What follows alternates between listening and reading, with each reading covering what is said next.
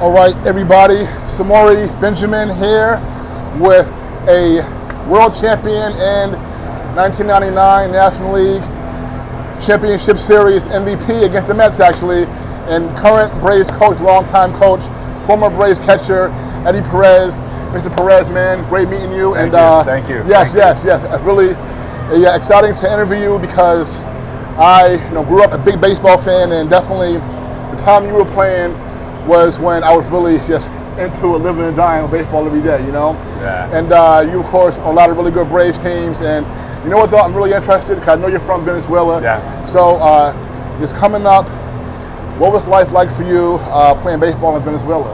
It was good. I was playing Little League, actually, and it was funny because my hometown is the oil companies, a lot of oil companies, and a lot of American people were living there.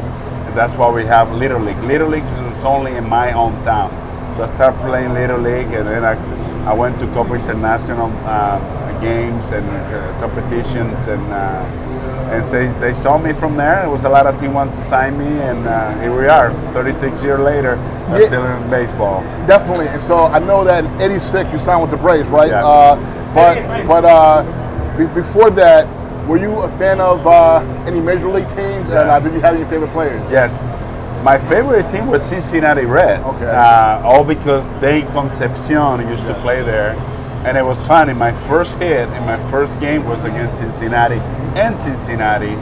And I got my first hit, and we won the game. And after the game, I was in the clubhouse, and I was having an interview by all the people. And all of a sudden, while I was talking, Dave Concepcion showed up in the clubhouse. That was one of the biggest moments in my life and my career, and he went and congratulated me, and I was like, wow, my favorite team, now my favorite player came here, and that was my favorite team, Cincinnati Reds. Yeah, and your first hit was a home run, right? Is that correct? Yeah, my first hit was a homer. My third at bat hit a homer against Mike Jackson. Mike Jackson, yes, nice. And that I know was your first start in '95. Yeah. The year you guys went on to win the World Series. But when you first signed with, were the Braves the only team that were scouting you when you were in Venezuela? No, it's a lot of teams. Kansas City. Actually, the Mets were there too. We have a lot of players, a lot of scouts from the Mets in Kansas City and Venezuela, and they would look at them. But the Braves came one day. They saw me. They signed me right away, and everybody was like, wow, you want to sign with that team? No, it was in the 80s. Yeah. The Braves wasn't doing good, they told me, why you want to sign with a losing team? And I said, well, I'm going to make them better.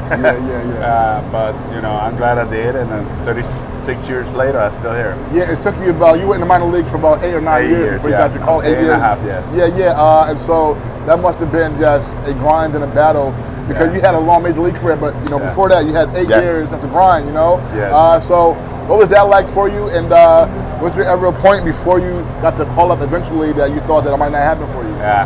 Yeah, it was tough. 8 years, that was too much, especially right now. Nobody spent more than 8 years in the minor league, and I spent 8 years and a half, and I never play every day. I was a backup catcher. And it came to my mind a couple of times that I don't think I'm going to make it, but, I never stopped working. I never I miss my feeling or my dream to be in the big leagues, and I always dream about it. I always want to be a big leaguer, and I always said to people, to players, that there's only 2 places to be, either in the big league or the minor league if you want to play in the big leagues.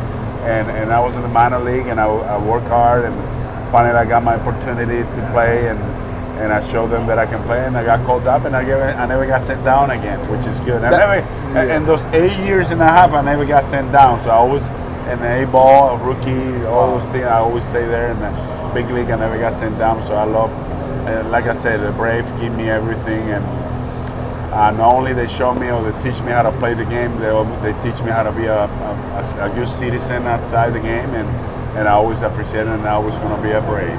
Yeah, it must have been exciting for you in the minor leagues as you saw the Braves rise because they were had the worst record in the National League in 1990. Yes. And then 91 they went in the World Series, and 92 in the World Series, and then 95 now you get called up to them, and they have already the great pitchers. Maddox is on the team, Tom Glavine, Steve Avery, John Smoltz. Yeah. I mean, so what was that like for you to when you first get called up, and now you catching all these guys who are already so established? Yeah, it was tough. It was tough, but when I got called up, I already got a little experience with them because I was in spring training with them for the last 3 years. They always invite me, and then they put me in the 40-man, and I was in the big league spring training every year. And I knew those guys because I caught them in spring training. But it was easy for me because they already knew what they're gonna do. They teach me a lot, I think, about the game and about to be in the big leagues. And Maddox told me one time, he said, "Look, this game is the same game that you play in the minor league. We score more runs, we win the game. You get more outs, you win the game." So that's what I did. I only did what I know, and that I think that helped me to be a good professional player, and that helped me to be catching those guys because I didn't try to do too much. I just try to do what I know, and they were really good. They helped me a lot, and Bobby Tuggs was one of my mentors. He helped me a lot too. Yeah, so you got called up in September of '95, and a rookie on a really good team, and so you were a part of the playoff roster. Yeah. But what do you remember just about the experience? You all beating the Cleveland Indians at that time in the World Series in 6 games. What do you remember just about being a part of that? Yeah, you know what? For me, it was exciting because that was my first year in the big league, and I just got called up, and I heard a lot of people saying, "Wow, you just got called up and you're already in the World Series." A lot of players were having 10, 12 years in the big league, never had experience to be in the World Series, and I did, and it was incredible. The loudest of the ballpark, basically going to Cleveland, listen to the fans out there, was crazy, it was loud. Then going back to Atlanta, playing Fulton County Stadium that holds 60,000 people, and I was amazed about the fans, the experience. You embody practice, and you look to the stands, and you only see famous people, actors and actresses, and that was something that I always tell everybody. It was a big experience. Now, one memory that I remember very vividly for myself growing up here in New York, the next year in '96 in the World Series, and the Yankees, you guys blow them out the first 2 games, and first 2 games in the Bronx. Yes. You guys blow them out, and then with the series going back to Atlanta for 3 straight. And the Yankees end up, coming back and pulling off an incredible comeback. But definitely for me, my childhood, that was good for you. Yeah. I remember crying after the final Game 6. What do you remember, just about that crazy series? Yeah, it was tough. It was tough for us. We came here to New York against a powerful team like the Yankees, and we beat them twice. Actually, I have to play first base those games because we score a lot of runs, and they want to give him a break to Fred McGriff. And I played first base the last 2 innings. And going back to home, and we were like, all right, we got this. And I think that was the problem. I think that's what happened. We felt like, all right, we got this.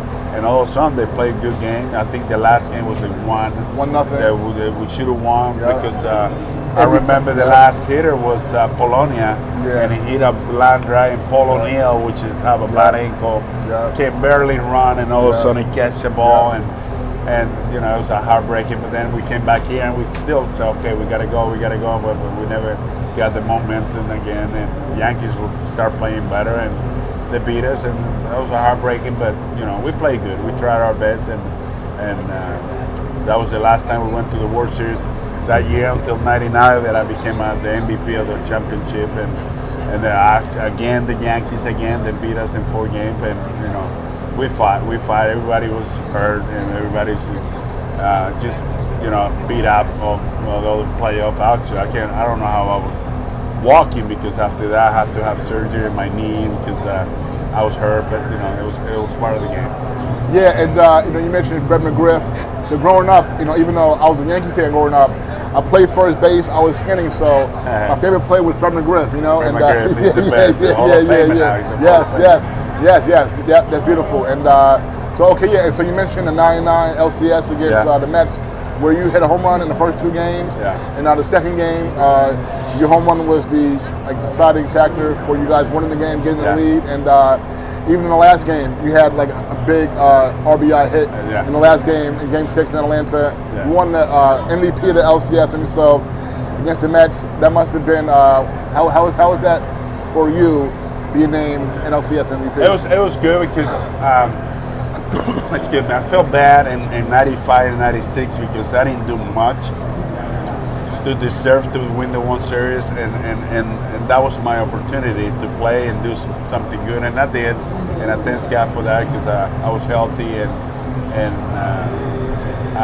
felt good. I had all my family with me for the first time here in the United States. Oh, wow. And it was funny because when I hit that homer that you mentioned, everybody was cheering my name, Eddie, Eddie, Eddie, and I hit the homer and I scored, and I looked where my family was sitting, and they were sitting down. Everybody was standing up, and I said, "What's going on? They're not celebrating." And after the game, I told them, I said, "Why are you not celebrating? Why you guys not celebrating?" They said, my dad said, and I said, "Son, everybody was crying. That's why they all sat down." And I was like, "Oh, okay." And, you know, my mom always cried, but all my friends that were around, they were crying too, and that was a big moment for me and for my family, having them for the first time and watching me perform really well. That was amazing. You know what? That's beautiful. And I got to tell you this story real quick because it reminds me. So when Charlie Hayes caught the final out, the World Series, right, in '96, third base. my grandmother called me, right, and my grandmother and aunt, they called me. They knew I was a big Yankee fan, and so they were talking to me, and I was silent, and they were like, "Are you there? Are you okay? Why aren't you talking?" Because I was crying. yeah. That's good. Yeah. That's good. But no, but I know also in the playoffs and before the LCS in '99, I mean in '98 and '97, you had really good playoffs too when you guys played the Cubs and the Astros in the first round. So now, So yes, catching you and Gray Maddox had a real good chemistry, and definitely remember you were like his personal catcher. And even though Javi Lopez was on the team, a really outstanding bat, you always caught Maddox. And Maddox is a Hall of Famer, one of the greats. What was it like, having such a bond with him and having him trust you the way he did?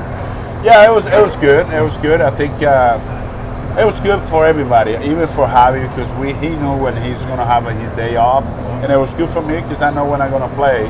Actually, I catch everybody, but I know when I'm going to play when Mata was pitching, and I think it was the relationship that I had with Mata, the communication. We sat together during the game when we playing, when he wasn't pitching. We sat and we talk about the game, and I think that's what he likes. And I don't think he decided that, or I decided that. I think it was Bobby Cox is the one who said, "Eddie, you want to catch him?" And I was ready to go. All I want to do is play games, and I think Happy, people were making comments about me and Javi. I said, well, they don't like each other. He's jealous, blah blah blah. Me and Javi were good friends. We were listening to the news about the media saying stuff about me and Javi together while we're having a barbecue with our family, and it was funny, but it was a good relationship between me and Maddox, me and Javi and the pitchers. It was a good relationship with that, and I think that's very important, and I think that's why the pitcher did good, because the relationship, the communication we have, and I think that was the biggest thing between me and Maddox. Nice. Okay. Three more for you. Yeah. No, I know it's almost game time. So you were a part of the Braves' last championship on the bench, 2021, and you all beat Houston. So you were on the bench here for that one, and you were part of the '95 team. So how did it feel in 2021 to end that drought for the franchise, and how did it feel to be a part of both teams? Yeah, you know what? I was the only one in the field in both World Series. Nice. There you go. Nobody knows that, and now that you mention it, I was the only one on the field. One as a player, one as a coach, and it felt good because I never thought I was gonna win another one, and I'm still thinking that I'm gonna win one more because I got two kids, and one won a ring, the other one won a ring. Finally, I won one, so they both have a ring now. Nice. But now I won one for me. Yeah. So I'm still thinking that we're gonna have one more World Series, and I think we're gonna win one more World Series. I just don't know when, and we have a great team. I think a winning World Series is the most beautiful thing for a baseball player, and I hope that those guys experience that, like Mike Olson, Sean Murphy, Drake Baldwin, all those guys that never won or never been in a playoff so far. Hopefully they can experience that, because it's something that before you retire you have to experience it, and something really good. And how has it been for you as you have transitioned into a coach? It's been good. It's been good. It's nice to teach those guys stuff that happened in the game when I was playing. That's the experience that I have. I think now that with those analytics, they're getting rid of those coaches that play in the big league. Now with me, you know, we have coaches that play in the big league, that manage in the big leagues, and situation in the game. We told those guys what to do, what not to do, and I think it's something that the players need now. They have somebody that they went through all that stuff. And final one for you: who is the most talented player that you've ever played with? Ooh, well, pitcher, of course, is Maddox, but you know, I got Smalls right there too. Yeah. In Laugh. But the most talented player, I got Chipper Jones, I got Andrew Jones. Yeah, right now I think Ronald Acuna is something that is excited to see. I think I will pay to see him play. It's just the way he do things. You know, he runs, he catch, he got a good arm, he can hit. He's excited. I think that's one of the, you know, he won the MVP already. You know, hopefully he stay healthy, because I think he's gonna win a couple more if he stay healthy. And now he's showing that he's ready. So I think for me, one of the biggest players that I watch play is Ronald Acuna. No doubt, I enjoy watching him play too, and I really appreciate this. It's been a pleasure talking to you. And folks, again, don't forget the only man in Atlanta Braves uniform to be a part of both World Series championships, 95, 2021, and 1999 National League Championship MVP. Did against the Mets at Chase Stadium. Thank you. Eddie Perez, thank you so much, all right? Thank you for Definitely. for this time. I appreciate you. All right, folks, we're back.